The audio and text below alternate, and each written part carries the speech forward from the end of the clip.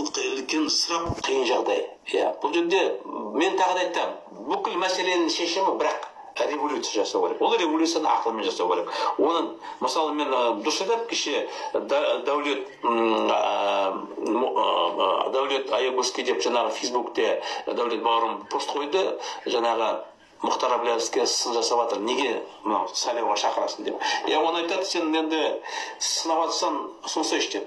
Енді Дәулет біздің халық таңдау партиясында, ал біздің жаңағы тактикасы ол жарияланған баяғыда, 18 жылдан бастатып, біз айтамыз, 50 мың адам жинап партия құрамыз деп осы идеяда Астанаға шығарып, Ақордаға не тірке, не революция жасап, билікті қолға алуды керек. 18 жылдан бастап мен сол идея Астанаға жинап, бір жерге. Ешқандай митинг керек жоқ ол. Ешқандай митинг, анау, мынау ұсақ түйекке халық не 5 жыл болды. 5 жыл болады. Мамыр айында. Өкінішке орай түсінбей жатыр. Қарапайым халық түгелі мынау алаңда жүрген азаматтар түсінбей жатыр ғой, өкінішке орай.